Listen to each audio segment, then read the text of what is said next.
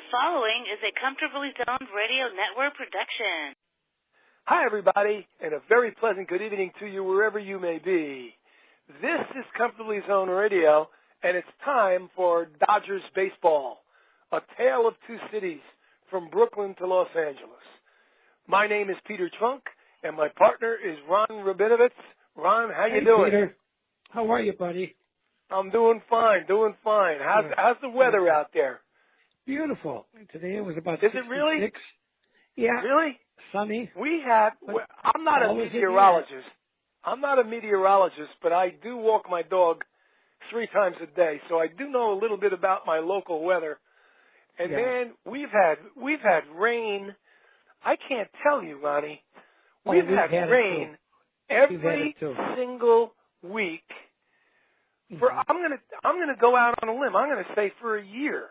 We've had rain during the week for every single, at least 1 or 2 days a week for like the last 50 weeks. It's crazy. Yeah. We had 5.5 inch rainfall the other day. 5.5 inches. Yeah. I think it's we're getting the tip of the hurricanes all along the coast here. I think so. I don't know. Who the hell knows? I don't know. Anyway, we got our show ready to rock and roll. Fred Walin is on the. Fred Walin, our other partner, is on the disabled list right now, and we wish him well. He'll be back with us next week. I want to start the show off. We're going to talk about the Dodgers postseason roster, and some fans out there might say that we're being a little bit too optimistic because the way the Dodgers have been playing very lately and the way the Colorado Rockies have been playing very lately, maybe the Dodgers don't even make the postseason. But we're going to talk about their roster, who the guys are that they should have on their 25-man roster going forward for the postseason. But first, I'd like to touch on a few things that have been bothering me. And since this is one of those shows where I'll be able to spend some time on this, we don't have any special guests or anything like that. The first thing that these are in no order of good to bad or bad to better or bad to good or whatever. The first thing that's ticking me off this year. And you might, when I say it, you're going to say, Peter, what do you mean this year? This has been around for 20 years, but I'm going to say it anyway. The thing that really bothers me when I watch baseball on TV, it's not all the pitchers' changes and the visits to the mound and the replays and stuff. The thing that sticks out in my mind that bothers me is the players' jewelry. I can't believe the gold chains around these guys' necks that are running all over the field, whether he be an outfielder or an infielder, it doesn't matter, a pitcher. They're always tucking their chain into their uniform.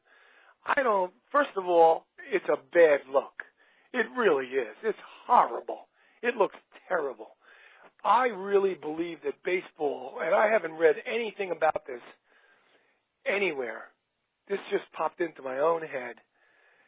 Baseball should ban these gold chains from around these players' necks. Someday, some weird play is going to happen, and one of these guys is going to be terribly, terribly injured. Don't even ask me how it'll come about. I hope it never does. But these guys, they're running around. All I see, let's look at that catch again, and they show the replay, and the guy's chain, his gold chain is like bouncing in front of his face and his nose and his eyes. And I'm saying to myself, what the hell? What's going on here? This is crazy. Can you imagine Carl Furillo or Gil Hodges or Duke Snyder or Jackie Robinson or Pee Wee Reese running around with a gold chain bouncing around his neck? No. On the baseball field? No. I think it's terrible. I really do, and I think they should ban it. Ban it from every player, every position. I think it's tough though because Peter, because they have some are wearing a St. Christopher's medal, some might be wearing a mezuzah, and you're going to allow those people to do it, but the other ones shouldn't, you know. So I think it could be a fine line. I don't know. What I'm talking about though, I can appreciate what you just said, but I'm talking about the guys with the big, expensive gold chains around their neck, like they're in a rap group or something. Yeah, you know, on stage in a rap group. These things are bouncing all over the place. All over the place. It's right. I never saw a mezuzah or a St. Christopher's medal bounce up and hit a guy in the face. No. But I do see all of these gold chains come up and smack these guys right in their schnoz, right in their eyes and everything. It's just, and it's a bad look. It doesn't look good. What are they thinking? What are they thinking? I just don't get it. Anyway, that's my first bad thing. It really ticks me off. The other things that I'll just mention real quick before I get to number 2. I also don't like when the last out is recorded on the field. Let's say it's a fly out to center field or something like that. That's the final out, and the team's running off the field. They have just won the game. A couple of the guys start pulling their shirts out of their pants. Yeah. What's that all about? You're getting undressed in front of 40,000 people? Keep your jersey on until you get into the locker room. Right. Oh, man. Just unbelievable. A few years ago, there was a big thing, like 10 years ago or something, and I know a few of the New York Mets were doing it. These guys were wearing their backside pockets pulled out. Uh-huh. In other words, they would put their hand in their backside pocket of their uniform and pull out the pocket and let that bounce around like a tail. And that was a big thing. Don't ask me why. But there were a few New York Mets that were doing it. Jose Reyes was doing it, a bunch of other guys. And I thought it was not only a bad look, but it was bad to show the young guys on the team that this is an okay thing. It's not respecting the game. It's not respecting the game. It's like when that guy Rodney wears his hat sideways. Yeah, right. Fernando Rodney. And there's another pitcher, Strop for the Cubs. He wears his hat halfway sideways. It's a horrible, horrible look. It really is. It's disgusting. All right, number 2. Number 1 was the gold chains. Number 2, I can't understand the fraternization going on in the field. The Dodgers are tied up in a ball game. There's a man at second base. The Dodgers are in the field, okay? Their pitcher gives up a ringing double, which scores the guy from second base and breaks the tie, and now the Dodgers are losing. And Machado is out there at shortstop laughing his ass off with the guy who just hit the double. Mm-hmm. What kind of message does that send to any kid watching this ball game? It's disgusting. It really is. Yeah. I mean, if you want to hug the guy during batting practice, you want to joke around with him during batting practice, that's fine. You want to meet him after the game and go for a few adult beverages, that's fine also. When you're between the white lines and you're competing against each other at the highest level in the world, you shouldn't be coming up behind the guy and tapping him in the ass and laughing and covering your mouth while you're telling jokes and giggling with him. The guy just hit a double off of your pitcher, and you're now down by 1 run in the 8th inning, and you're laughing with the guy? Yeah. I don't understand it. I don't. I really do not understand it. The final thing, I know, it's sad. The final thing is guys not hustling. The only Dodger I can tell you that hustles all the time 100% is Chase Utley. He'll tap a ball back. Tap a ball back to the pitcher, and he'll run as hard as he can with his head down to first base, and he runs through the base. He doesn't hold up like 3 or 4 feet before the base. He runs You're through right. the base at top speed. Why can't a guy who's making $5, $7, $8, $11, $15 million a year run out a damn ground ball? You ever see Bryce Harper hit a ball to second base? He just stands there and watches the guy. Yeah, absolutely. It's totally disgusting. He doesn't really hustle is. at all. That's right. It's disgusting. It's absolutely. Hernandez hustles. Huh? Hernandez hustles. Yeah, he does. Kiki hustles. Yeah, but the Kike hustles. But the only guy who hustles 100% all of the time on everything is Utley. He's the old every school. single guy He's the should old do school. it. Every single guy, every single Dodger should take up the gauntlet and should say, you know something? That's a good look. That looks professional. That looks good. That's what we need to do. Okay? Mm-hmm. But they don't. They don't hustle. Yeah. They wear the gold chains. They pull their shirts out after the third out is made. They fraternize on the field. Even I wouldn't mind if the game was 11-0. We're talking the guy just broke up a tie game late in the game. How does the pitcher feel when he looks out and he sees his shortstop giggling with the guy who just ripped his stuff against the wall in right center field? Right. That's not cool. That is not good.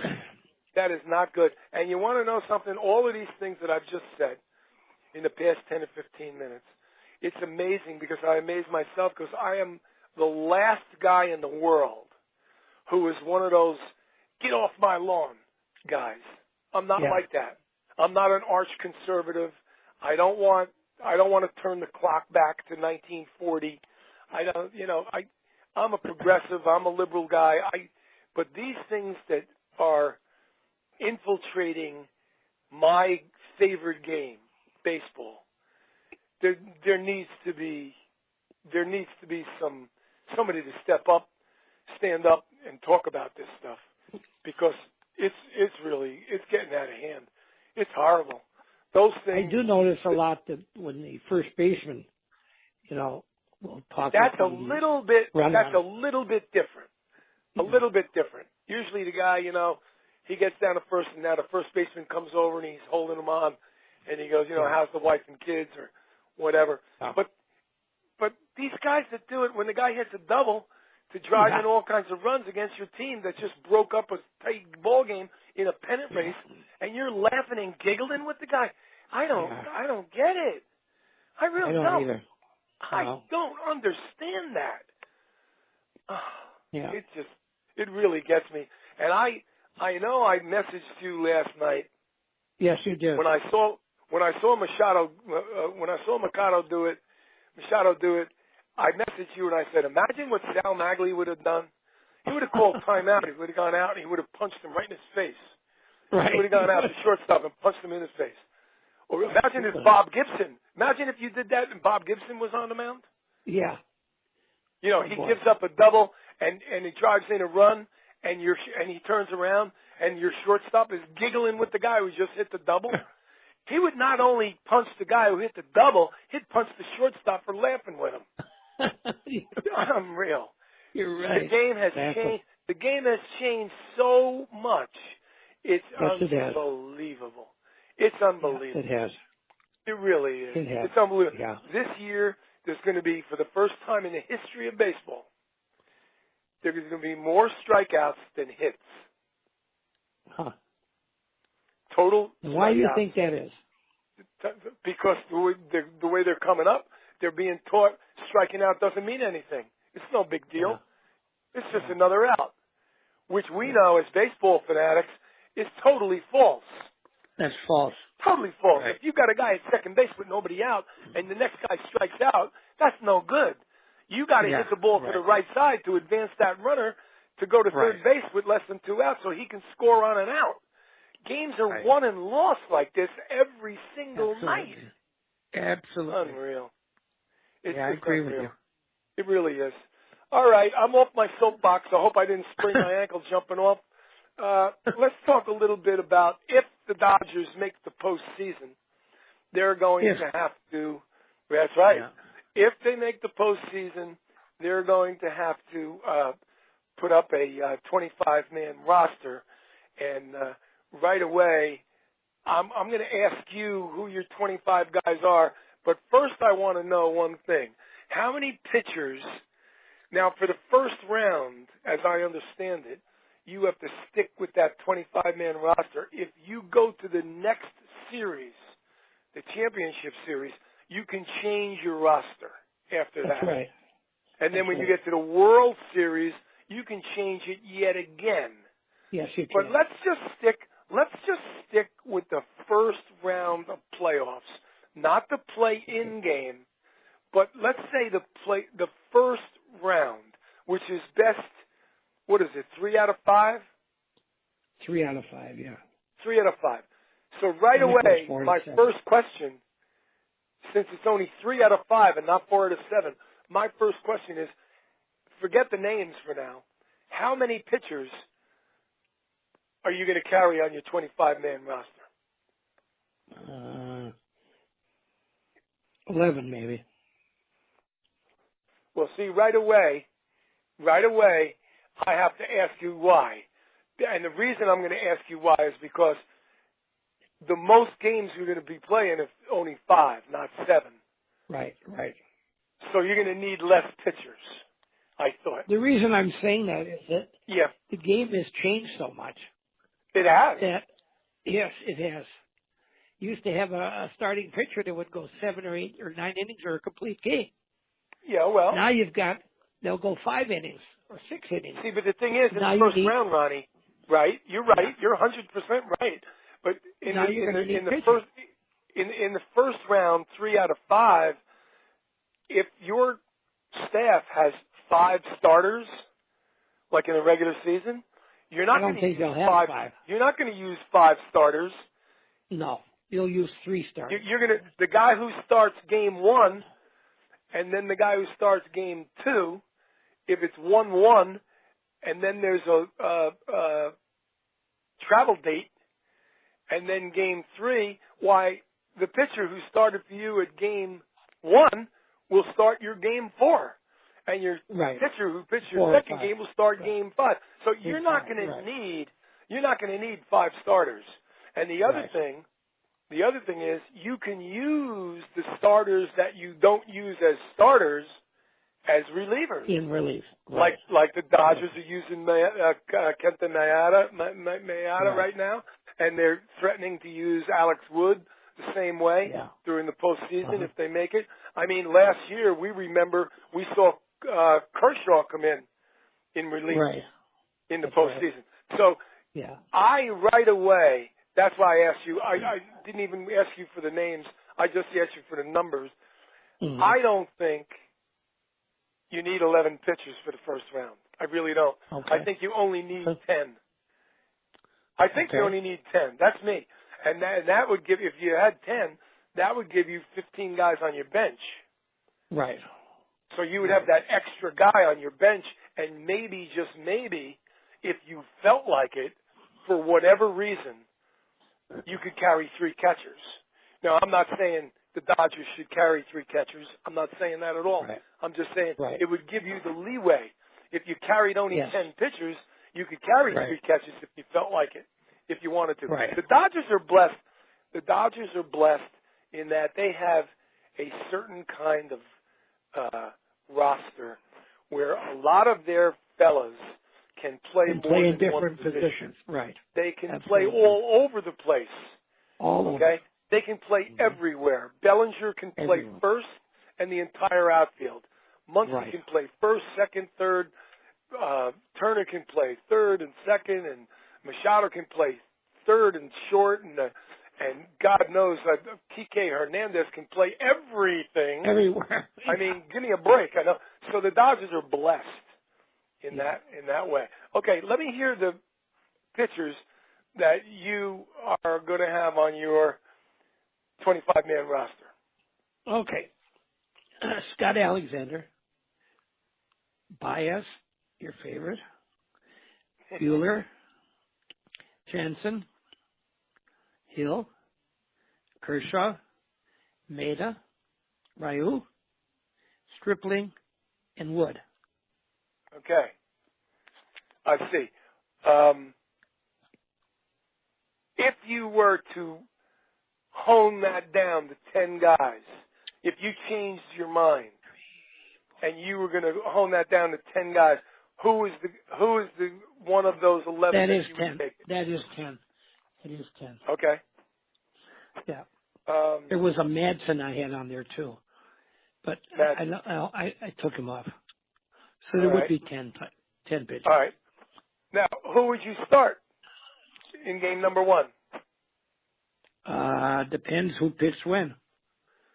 Well, that's true. You know, if we had to win, if the Dodgers had to win on the final game of the season to get into it, then you know they used all the good guys. Let's say the best case scenario, the Dodgers don't need to do that. Everybody's rested. How would you line up your pitching? Would you I'd start with Kershaw. Go ahead. I'd say Kershaw, and then maybe Buehler, and maybe not Stripling. I don't know who the third guy would be. All right. Probably I would tend for Ryu. He's pitching lights out. Yes. He's been hitting. He's pitching very, very well. Yeah, I'd say very well. Yeah. I would use not necessarily in this order, but probably in this order. I would use Kershaw, the kid Buehler, and Ryu. Those would be my 3 starters. Your 3 anchors. Everyone else would be in the bullpen. Right. And that would build the bridge. All the rest of the guys, Wood and Hill, and all the rest of Stripling, all those guys would build my bridge to Jansen. Right. That's how I would build my bridge, and that's why, not to be redundant, that's why I would only need 10 guys. I wouldn't need 11. All right, on your bench, who do you got? Who are the 14 guys you got on your bench? I've got Bellinger, Dozier, Freese, Grandal, Hernandez, Kemp, Machado, Muncy, Peterson, Puig, Taylor, and Turner. And Utley. And Utley. Yeah. Did you say and Utley? And Utley, yeah. Okay. All right. I would agree with all of those except for Utley. I don't think Utley is going to help me in the postseason. Will he be a great guy in the clubhouse and in the dugout? Yes. But for me personally, he would be a wasted roster spot because I don't think he can do anything for me anymore. All right. So if you have 10 I'm not looking for. Huh? You need 15 fielders or 15 players if you have 10 pitchers. So who would be your 15? You know what? I didn't prepare a list. I thought Fred was going to be with us tonight. Well, we could just figure it out here. Yeah, I hesitate. I don't have anything in front of me showing me their roster or anything, but I hesitate. All I want to bring out is that just me personally, and it has nothing to do. It has nothing to do with him as a human being or as a man. I wouldn't have Utley on my postseason roster. I also wouldn't have either. If I could jump back. If I only had 10 pitchers, the Dodgers, I would take Jansen and all of their starters, and then it really wouldn't matter to me the other 4 because it's not, to me personally, I would start my guy like Kershaw. I'd go as far as I could with him, and then I'd bring in a guy like Hill. And then I'd bring in a guy like Wood. And then I'd bring in Kenta Maeda. Right, exactly. And there I am staring Kenley Jansen in the face. I don't have to worry about Madsen or Baez or whatever. I would rather have guys on my bench, regular players on my bench that I could, choose. Like, for instance, suppose, like, the guy LeCastro, number 70? All right. Now, he's a speed merchant. Would you have him on your postseason roster as a speed merchant? No. See, I would, and I'll tell you why. Because a pinch runner or something? He would take the place of that 11th pitcher. Mm-hmm. In other words, I'd only carry 10 pitchers into the postseason. Right. I don't want to give you a heart attack and say I'd really only carry 9. But let's say I'd carry 10. He would be the extra guy on my bench where, let's say, the game is tied. It's in the 9th inning. It's in the bottom of the 9th inning. The Dodgers are up. The game is tied. And Grandal leads off with a double, bottom of the 9th. Okay. Right. Do I want Grandal at second base? No. Hell no. Hell no. Right. Because the next guy, if he gets a line drive single, Grandal's going to have to stop at third. Or if you don't want to use Grandal, I'll say Muncy. Okay? Yeah. Muncy leads off with a double. I don't want Muncy at second base. I don't want to burn a pitcher. I don't want to send somebody out there like Stripling or something. God forbid he falls down and hurts his wrist. Right. I want to send LeCastro out there. And how do I afford to send LeCastro out there? Easy. I only carry 10 pitchers. Yeah. That's the method to my madness. So if you eliminate Utley. Yeah. You have 1, 2, 3, 4, 5, 6, 7, 8, 9, 10, 11, 12. And LeCastro is 13. You still need 2 more players. Yeah, well, how many catchers you got? You got Grandal and Barnes? Yeah, that's it. All right. Maybe you could add Farmer if you wanted to. I'm just thinking out loud. I'm thinking out loud because if the game is tied, let's say the game is tied in the 6th inning, and Grandal leads off with a double, and you want a pinch run for Grandal, so you put LeCastro out there to pinch run for him. Uh-huh. Now you need another catcher for the 7th inning. So if you put Barnes out there, suppose the first one is a foul tip, it splits his finger. Now you got no catchers. You're going to have to put Kike Hernandez back there or something like that, and the other team's going to steal his jock. You know what I mean? So if you have Farmer on your squad, you can put Farmer out there. These are all emergency things. I'm thinking emergency. I'm thinking what happens if? What happens if? Because, some guys, and this is true not only in baseball but in life itself. Some guys are like, whoa, well, that shit's never going to happen. That's not going to happen. Yeah. I don't have to worry. No, you can't count But when that happens, the whole world is watching you. The whole world. It's the postseason. Millions of people are watching. And you're caught short? You're caught short with no extra catcher or no pinch runner, or you don't have enough guys? I remember years ago, Dusty Baker got caught short in an all-star game. He ran out of players in the 8th inning. Yeah, I remember that. He had no players. No players whatsoever. Now, I blame that. Of course, I blame that on Dusty Baker because he's the guy who has to take the blame. But where was his bench coach? Now, you might say, well, wait a minute, Pete. It's an all-star game. We don't have to have a bench coach. Guess what? Yeah. Yes, you do. Just in case. Just in case. So going back to my point is I would have one less pitcher. I would have LeCastro on the squad and maybe 3 catchers. I don't know. I would just think about it. I would sit down with my coaching staff, my general manager, and I would talk it over. I would let them talk first. I'd let them all talk, give their input and everything, and then I would stand up and I would say, look, here's why I think we should have 3 catchers, or here's why I think we should have LeCastro, or here's why I don't think we need 11 pitchers. And I would state my case. And then we would vote on it or whatever, and we'd see, whoever's the boss. What would you do with Verdugo? What would you do with Verdugo? You know what? Verdugo, every time I see Verdugo, I see him in the outfield. I go, by the way, he's one of the guys who wears a big fat gold chain. Okay? Unbelievable. The guy's like 18 years old. He's had like an hour and a half in the major leagues. He's walking around like he's Carl Yastrzemski or something. Yeah.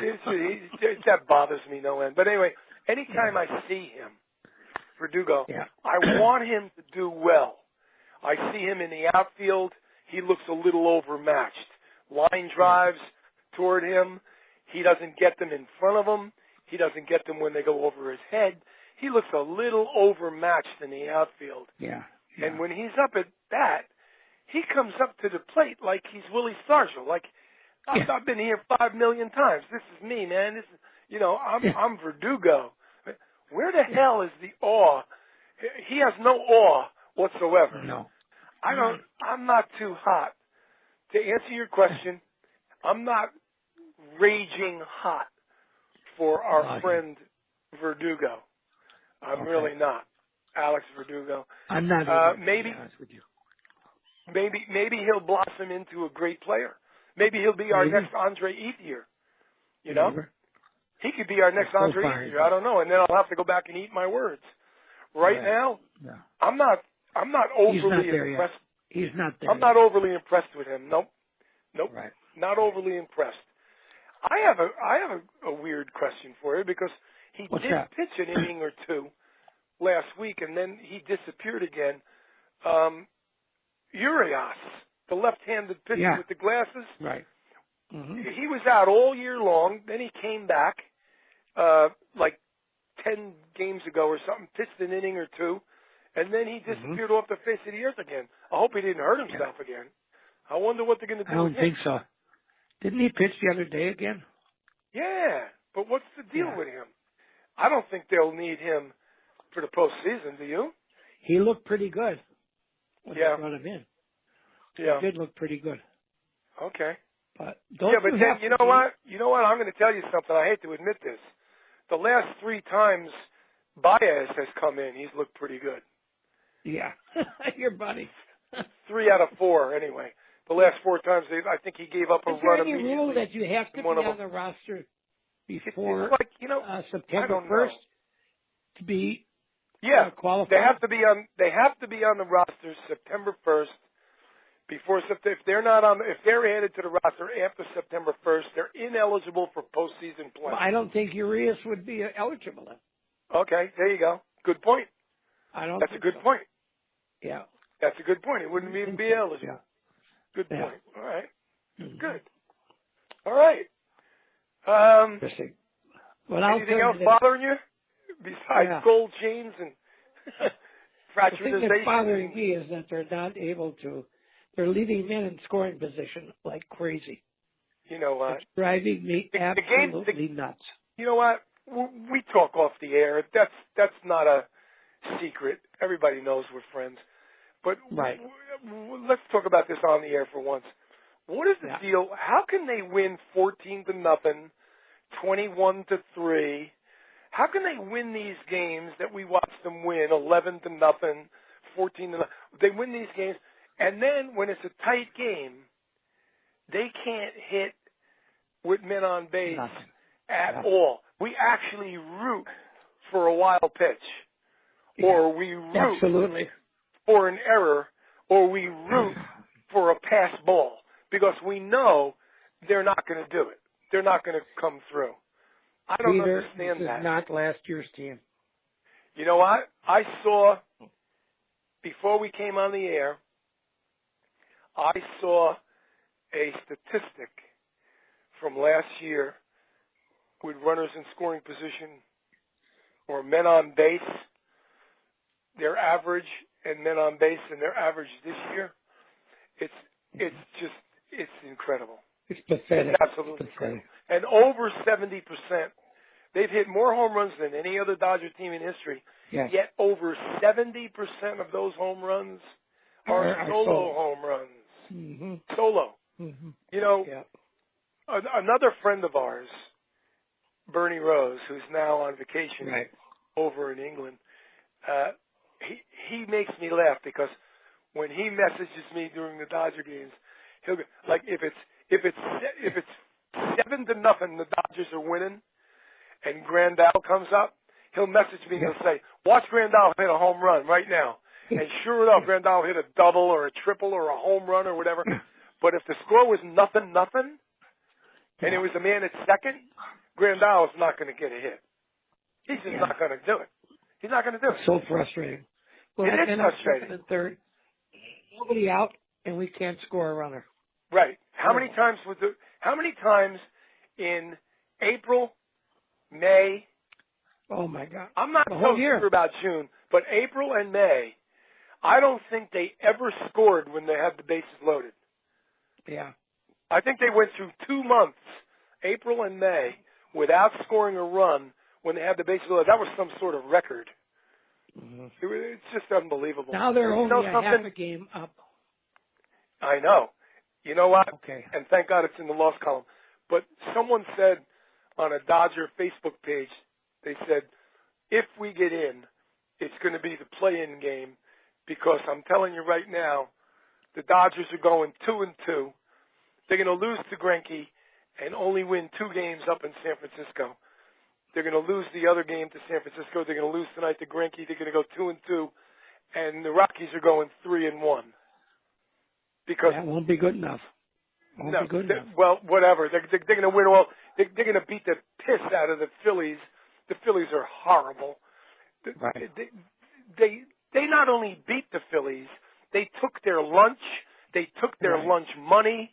They took their keys to their house. They took their girlfriends. They took their automobiles. They took their clothes. They killed them. They ripped the shit out of them. I mean, no game was even a contest. The closest game was like 8-1. Right. They ripped their tits off. It's unbelievable. So you know what? I don't look for the Dodgers to win it. I hope they do. I'll be rooting for them to do it, but I don't. You think they'll be a wild card?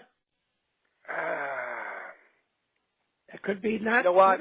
All I'm doing, I'm holding my breath until they're eligible for something. Just get in the damn thing. If they have to play a play-in game, so be it. I think they have to sweep the table to get in it. They're not going to do that. They're not going to do that. No way. First of all, they have beaten Greinke in the past, yes. But Greinke is a tough customer. Greinke is a tough customer. And I'm going to tell you something. They would love to beat the Dodgers. Not only can Greinke shut them down, Greinke can get the hit or the home run to beat them. Right, exactly. Greinke can beat them 1-0 on his own home run. Yep, and then they go to San Francisco. What other team and what other fan base wants to beat the Dodgers more than the Giants and the San Francisco fan base? They will have 3 straight sellouts. Those fans will be rocking and rolling. They'll be standing up and hollering every inning. Right, from the first pitch to the final pitch. The Dodgers are not running any table. In fact, if there's any table to be run, they could go 0-4. Could happen. They could go 0-4 and blow it, and then Roberts has to be fired if that happens. If they go 0-4 and they don't make anything, Roberts has to go. Yeah. Very interesting. And maybe the front office. Yeah. Maybe so. I don't think they'll have the guts to do that, though. They probably wouldn't have the guts to do that. No, I don't see. You know, I'm as big a fan as you are, Ron. Right. I'm as hot for our blue, big blue as you are, but I definitely do not see them winning 4 in a row. Yeah. Now I hope I'm wrong, but my best scenario is 2-2. I played it out on paper and everything, right? I doodling with my coffee. I don't think 2-2 is enough, though. No, it's not. But that's what they're going to do. Even for the wild card. Well, what about St. Louis? Yeah, that's another one. They lost last night. Yep. So they lost big last night too. yeah. So I don't know. And maybe put the Diamondbacks in the contention. I don't know. No, Diamondbacks are dead. Are they out? Yeah, they're dead. They're out. They're mathematically eliminated 2 days ago, 3 days ago, 4 days ago. They're gone. It's the Cardinals could get the second wild card. It's you know how we always message each other, just win, baby. We always say that. After all of the arguments, after all of the discussion, someone writes, just win, baby, and everybody puts a thumbs up. We get that from Al Davis, the old owner of the Raiders football team. Right. Just win, baby. The thing is this, the Dodgers can't worry about anybody else. They just got to go out and win. They have to win. And my feeling is, my feeling is they're going 2-2. Yeah. That's all they're doing. They're doing 2-2. They might go 1-3. God forbid they go 0-4. There's no way they're going 4-0. No way. No. They don't hit with men on base. I know. They don't hit with men on base. And you know what? You're watching a Dodger game. They're on the road. They come up with their gray uniforms. You're going, okay, come on now, let's go. They score a run. Now they have the bases loaded or second or third, but they only score one measly run, but they score a run. Right.